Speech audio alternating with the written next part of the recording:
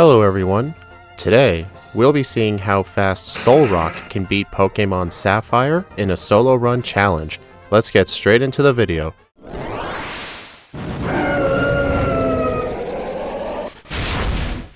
Earlier in the week we played with this thing's counterpart, Lunatone, and it did very great. If you watched the stream, slight spoilers, this thing got second place overall, which is very impressive. It almost beat out Swampert. Do I think Solrock is going to do as great? No, not really. And if you want to know why, here is why. Look at our typing. We're a Rock Psychic typing. And in Generation 3, all Psychic moves deal special damage and all Rock type moves do physical damage. I would prefer to have my higher offensive stat work with my special moves. But sadly, our stats just don't line up for that. We have 90 HP, 95 attack, 85 defense, 55 special attack, 65 special defense, and 70 speed. This is basically the complete inverse of Lunatone, which had the lower attack and defense but better special attack and special defense, which I think worked well for it. But at least they're both in the fast level up group, so we're not going to have to worry about levels much at all. And as we go through the early game right here, we start with Hardened and Tackle. I should be fortunate we don't start with Hardened and Confusion, because even though youngster Calvin has a Zigzagoon in this game, unlike in Emerald where he has a Poochyena, if this guy did have a Poochyena, I would have had to get Struggle to beat the first trainer. But even so, there is still a mandatory Dark type with the Team Aqua Grunt in the Petalburg Woods, but it's a good thing we start with Tackle so we don't have to worry about Struggle. But we do get Confusion at level 7, but sadly, as I mentioned, it's going to use our 55 special attack and not our 90 attack. That is going to cause problems later. But then throughout the rest of the levels, we get Rock Throw at 13, which uses our better stat, Fire Spin, which is garbage, Psy Wave, which is normally garbage, but it will have a very good use coming up. I know you're shocked. Cosmic Power, Rock Slide, Solar Beam, and Explosion. Overall, this thing has a very good level up moveset. I'm actually kind of surprised at the coverage. Honestly, kind of a missed opportunity to teach this thing Sunny Day by level up. And if we also take a quick glance at the TM and HM learn set, we get a lot of very useful coverage. We get the setup move for Calm Mind, which is going to be incredibly powerful. We also get Hidden Power, which in this run is Hidden Power Water. Then we also get Solar Beam, Earthquake, Return, Psychic, Shadow Ball, Flamethrower, Fire Blast, Rock Tomb, Secret Power, and Overheat. I don't see us using too many TMs, but I can see some great use coming from Earthquake, Psychic, and Shadow Ball, and possibly Flamethrower if we get enough money for it. Because it is going to cost 80,000 Pokedollars since we'll have to get it from the game corner. And since this thing cannot learn the TM for Thief, we can't just steal nuggets from all the rich people, so we're probably going to have to wait till later in the game to buy it, which I don't think will be a big deal. Fire type coverage in the Hoenn games only really matter for Winona's Skarmory and Steven's Stone. It can help with Sidney's grass types too, so I think we can afford to wait till later for fire coverage. As soon as I arrive to Rustboro City, I can clear out Roxanne's gym trainers and only get to level 12. The Geodude and the Nosepass don't have as good special defense as they do defense, so I feel like, you know what, I should try to take her on now, because even if I lose to the Nosepass, I can black out and keep the experience from Geodude.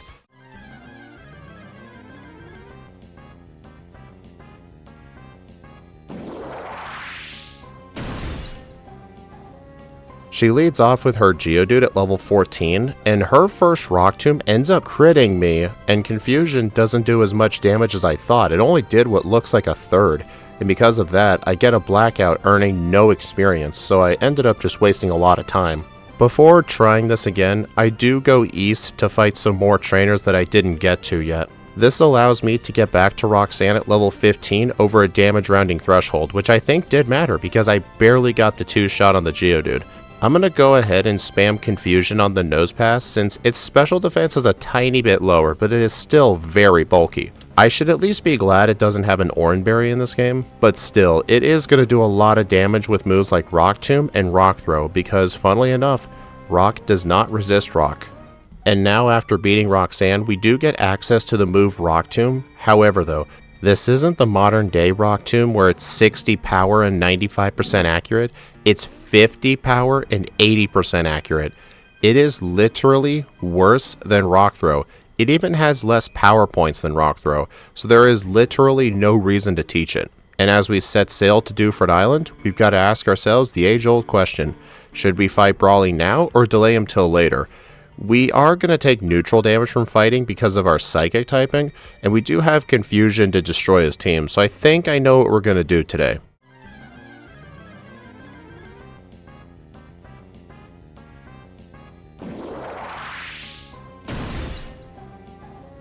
Brawly leads off with Machop. I did do some of the trainers in here to get to level 19, as well as Fire Spin. Not like Fire Spin's going to help here. I'm just going to two-shot the Machop with Confusion after it uses up all of its super potions. Next up is the Makuhita. It's also going to be a two-shot. It uses a very weak knockoff doing hardly anything, and I go ahead and defeat him for the Knuckle Badge. Defeating Brawly here gives you the TM for Bulk Up, but it's not Bulk Up we learn, it's Calm Mind. We're going to have to wait until after the 7th gym to get that TM. As soon as I arrive at Slateport City on the beach, I'm going to clear out a lot of the trainers, including the ones in the Soda House. The reason I'm doing a lot of training is because I'm going to need the move Psywave to deal with Wattson. You may be wondering, why the heck do we need Psywave? Well, here's how Psywave works in this game.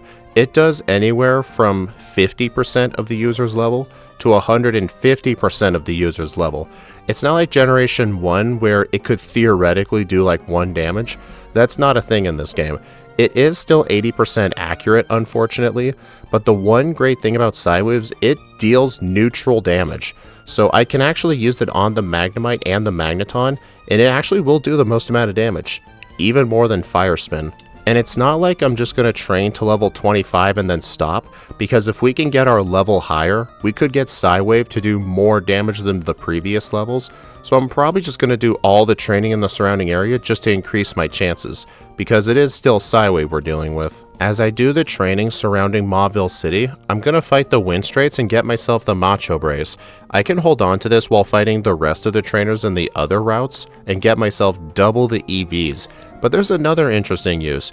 I can actually fight the trainers on Cycling Road. This is a completely optional area that you would have no reason to go to, but every single trainer here has special attack EVs on their team. 95% of the Pokemon here give special attack EVs. There's a trainer with an Abra, almost everyone here has Magnemite, and there is one guy with 1 Magnemite and 2 Voltorb. But you can get a decent bit of special attack EVs by doing this, and some speed on the side.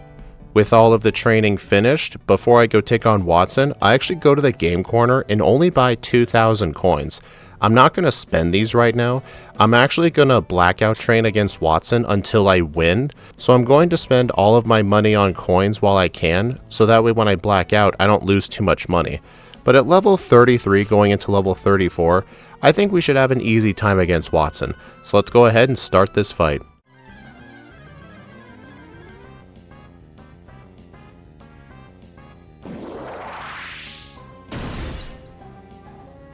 Wattson leads off with his Magnemite. I go for Psywave and it almost knocks it out. Then the second one misses, the third one misses, the fourth one does half, and then the fifth one knocks it out. Not before I'm paralyzed though. Then on the Voltorb, I misclick and go for Cosmic Power. Not like it matters though, I get paralyzed. Then on the Magneton, it hits me with Sonic Boom, Psywave does half, and I get knocked out. But that's fine though.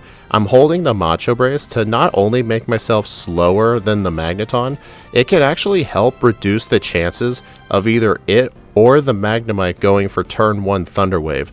When I do get back to Wattson on the second try, I get to the Magneton at pretty decent HP, but I get bad luck with paralysis, and I end up losing. You may wonder why not just equip the Cherry Berry.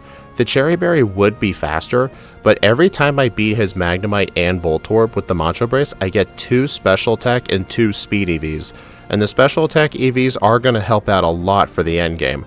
Although, looking at the grand scheme of things, it might have been faster to just equip a Cherry Berry and just move on from it.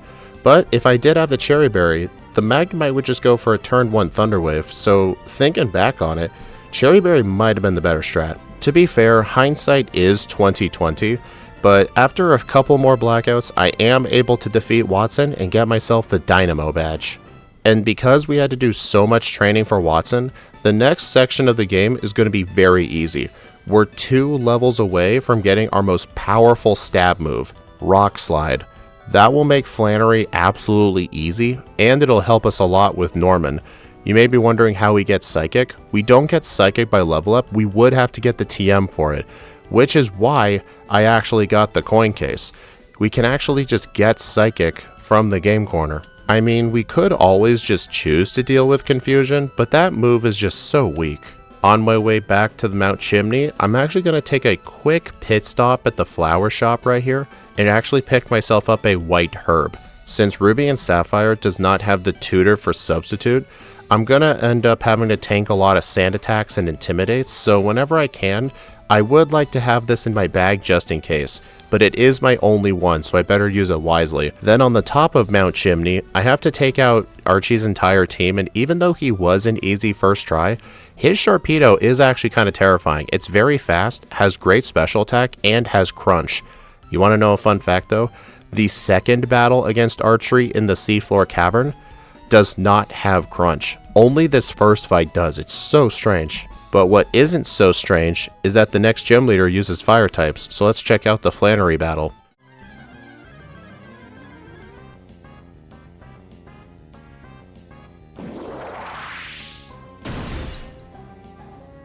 Her first Slugma is a one-shot, her second Slugma is a one-shot. Next up is the Torkoal. I'm going to use Confusion into a Psywave? Okay, that was dumb. I meant to use Rock Slide, but either way, what was she going to do to me? I resist Overheat and Body Slam.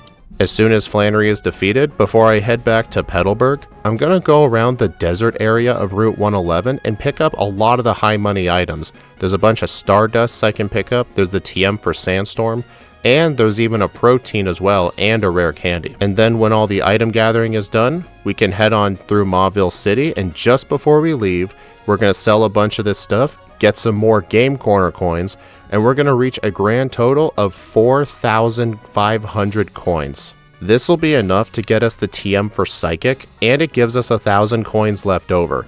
You see, when we get to the end part of the game, right before the final 5 trainers, I will be coming back to purchase Flamethrower, but we're not going to need Flamethrower right now though. Psychic will be good enough. Let's test this move out against the 5th gym leader, shall we? We're on a spree right now.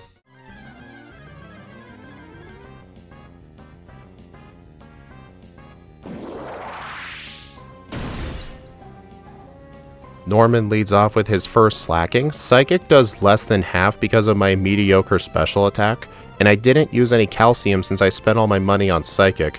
But that's fine though. I was able to somehow get the 2-shot. I was pretty surprised. Then I can defeat the Vigoroth. Then the next slacking comes out. His second slacking is not that great. Unless it decides to spam Feint Attack, it's just going to spam Focus Punch and just completely do nothing the entire fight. It's just kind of sad, really. And now, with Norman defeated, I'm going to teach Surf to my Zigzagoon right here, and then slowly make my way to Fort Tree City. As soon as I arrive in Fort Tree City, I can actually enter this treehouse right here, talk to this old lady, tell her the coin's in her left hand, then her right hand, and get myself the TM for Hidden Power. I could have bought this a lot earlier, but I wanted to wait until now just to save $3,000. Because come on, you saw how many coins I had to buy. But we're not going to teach Hidden Power right now. I could get rid of Psywave because it's literally just doing nothing on my moveset. It has not been useful since Wattson. But we're just not going to need it for Winona, so let's take a look at her.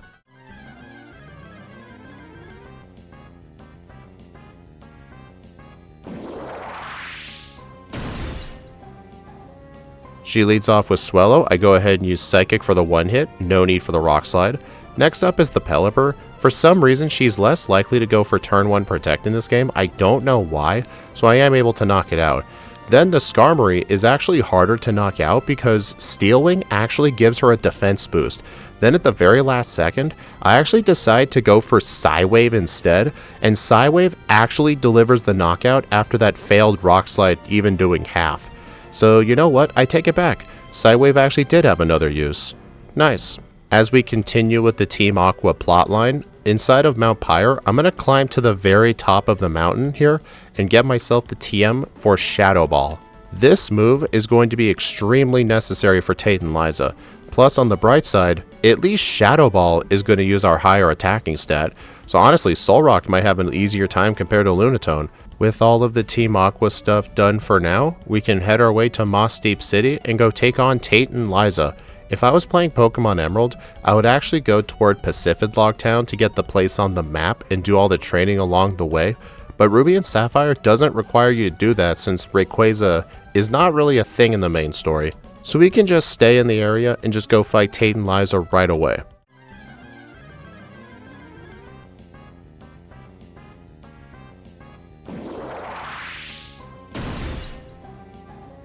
Fortunately, they are very easy in this game. They lead off with a Solrock and a Lunatone, and that's all they have. I can use Shadow Ball to one-shot the Lunatone, but I don't think the Solrock is going to be a one-shot because you saw the stats earlier. Solrock has higher defense than Lunatone, and you can actually see it here. The thing barely survived, and funnily enough, I get a special defense drop, even though Shadow Ball is a physical move. So then I decide, you know what, I'm going to switch to Psychic.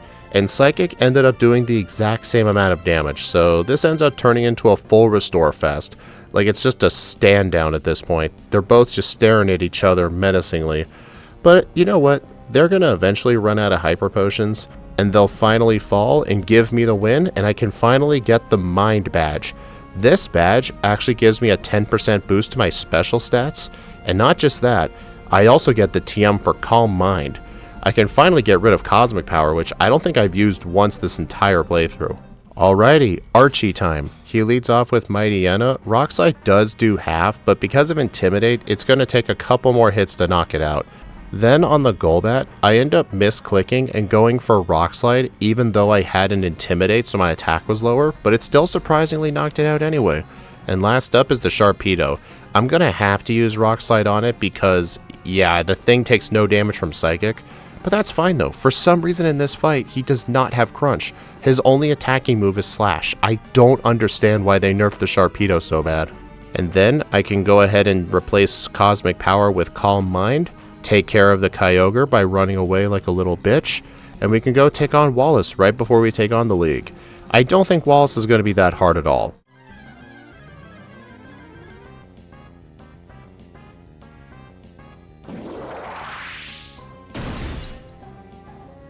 Wallace leads off with Love Disc. I use one Calm Mind, and then Water Pulse ends up confusing me, so I decide to stop setting up.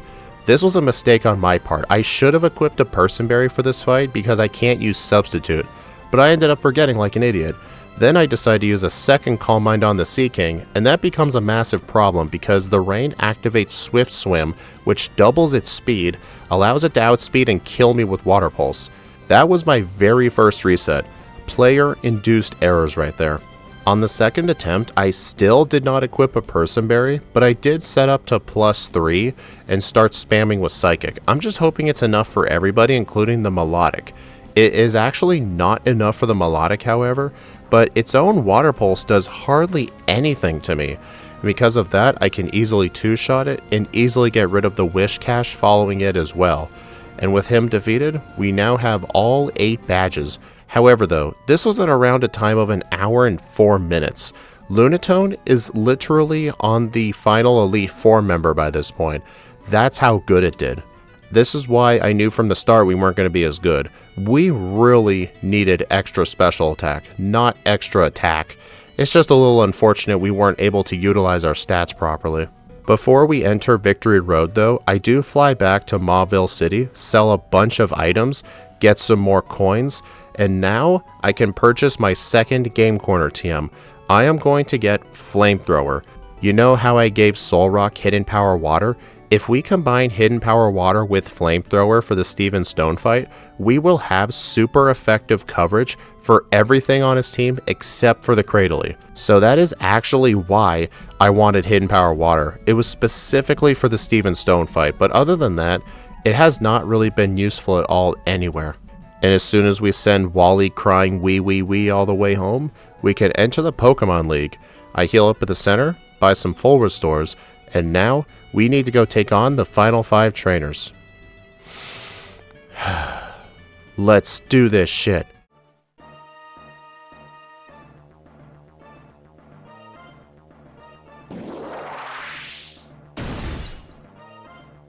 The first member of the Elite Four is Sidney. He leads off with Mightyena, which gets off an Intimidate and a Sand Attack. And it does massive damage with Crunch as well. This first fight just goes wrong in so many ways. On the second attempt, I am able to two-shot the Mightyena without Calm Mind, but it still gets off a sand attack either way. I decided to try and set up Calm Minds on the Cacturn instead, but it sets up a Leech Seed and Needle Arm does a lot of damage. Even if I knock out the opponent, I am still going to get my health sapped by Leech Seed, and the Sharpedo can just knock me out with Surf. After getting 4 resets to Sidney, I actually decide to accept a blackout and go back into Victory Road, not to do training, mind you. I'm actually going to get the TM for Psychic. You may be wondering why I'm getting Psychic when I already have Psychic, and Psychic doesn't work for Sidney anyway. Well, I actually want to go back into this fight with Rest. My logic was that I would set up a bunch of Calm Minds on the Mightyena and just use Rest to get my health back, but I get hit with way too many sand attacks. This isn't gonna work. This fight ends up taking quite a bit of luck to win. It takes me until 9 resets into the run to finally get this attempt. I'm gonna go ahead and only set up 2 Calm Minds on the Mightyena, and I do get hit with 1 sand attack. Then on the Sharpedo, I end up hitting it when it matters most. I don't miss my flamethrowers and knock it out. And from here, we're good to go. The Absol doesn't even have a dark move, and neither does the Shift Tree. It's just so bad. Kinda shows you how much we suffer without Substitute. Next up is the Ghost type Elite Four member Phoebe.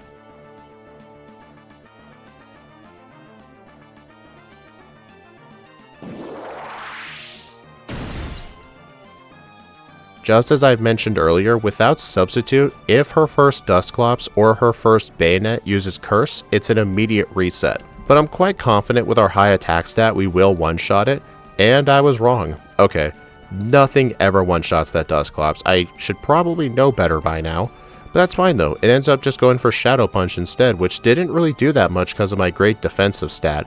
But with that first Dusclops down, the rest of her team goes down fairly easily. Oh wait, I forgot about her final Sableye. That's fine though, Sableye's pretty weak. Oh. Well, frick. Okay, scratch that. It actually took a few tries to defeat Phoebe, because of course it did. Next up is the Ice-type member, Glacia.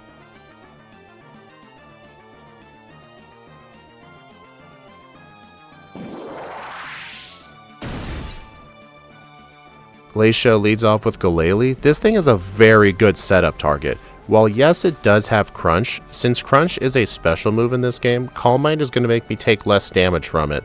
And I have Flamethrower on my moveset at this point. I did also teach Psychic in the place of Rock Slide, because we're still going to need Rest for the Steven Stone fight, so getting that second copy of Psychic either way was still necessary. Next up is the Dragon-type Elite Four member, Drake.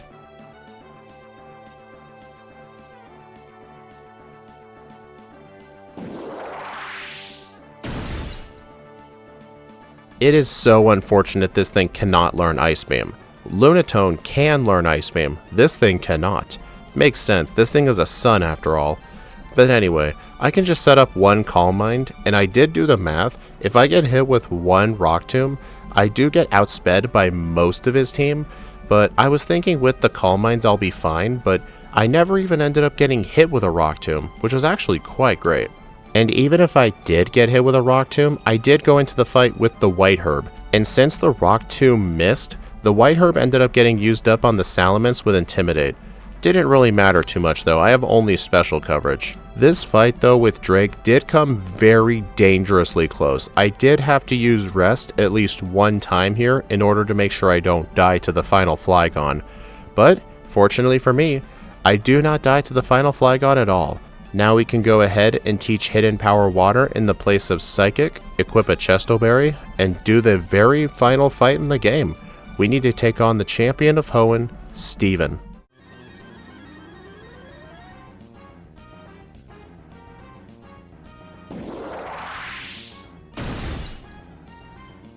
Steven leads off with Skarmory. I'm going to go ahead and just set up a bunch of Calm Minds until I eventually get hit with Toxic. But instead of being hit by Toxic, I get hit with a ton of Steel Wings, and I'm like, you know what? I've taken way too much damage. I need to go now. Next up is the Armaldo. I can't remember what move to use, and for some reason I used another Calm Mind and then Rest. I mean, that was a little weird. I should have gone with Hidden Power Water. I guess my reasoning was I didn't think +3 was going to be enough, And who knows, with my low special attack, I was most likely correct. But at plus 6, I'm going to be completely unstoppable. I even one-shot the Cradley with Flamethrower, and that thing takes neutral damage from it. So that means everything else right afterwards is going to be weak to Flamethrower or Hidden Power Water, and I can go ahead and knock them all out and clock in with a real time of 1 hour, 20 minutes, and 58 seconds, with 11 resets and 6 blackouts at level 67, with a game time at the Hall of Fame of 4 hours and 57 minutes. So yeah, this Pokemon did not do as well as I thought it would. This thing just really suffers from the lack of great stat coverage. Like, it was given all of its great stat points to the stats that didn't truly matter. Like, why would you give this thing so bad special attack when this thing gets Calm Mind? And Lunatone gets the far better stat coverage because all of its good stats are its special attack and special defense, which pairs really well with things like Psychic, Calm Mind, and Ice Beam. But Solrock, unfortunately, since it had to be the opposite Pokemon, it had to get the opposite stats. Maybe if Solrock had Bulk Up instead of Calm Mind, like you just swap them out, I could have theoretically ran Rest, Bulk Up, Rock Slide, and Return, and this thing could have done great. Not as good as Lunatone, but it probably would have done better than this. But either way, if we take a look at the leaderboard, Solrock unfortunately only got 10th place overall, while Lunatone was in 2nd. There is just a massive difference between these two Pokemon. And granted, I did not play Solrock the best, but then again, I didn't play Lunatone the best either. But anyway, I hope y'all enjoyed. Please like, comment, and subscribe if you want to see more, and be sure to follow me on my socials or support the channel through YouTube memberships. YouTube members get access to the patch files for all the Mega Evolution backport Pokemon we play in Pokemon Crystal, as well as members-only videos and unedited videos of all the playthroughs that end up becoming videos. I mean, right now, if you were to become a member, or if you're already one, you can watch this run unedited with my own casual voiceover and the voice of others too, because I stream these runs in my Discord server. And anyway, next week we'll be doing Pokemon Black. It's going to be nice to do Gen 5 in 2026. We're going to be playing the game with 2 ghost types, Jellicent and Chandelure. Jellicent will be done as a stream on Tuesday, and Friday will be a video with Chandelure. I hope y'all look forward to those. Thank y'all for watching, and I'll see you all in the next video.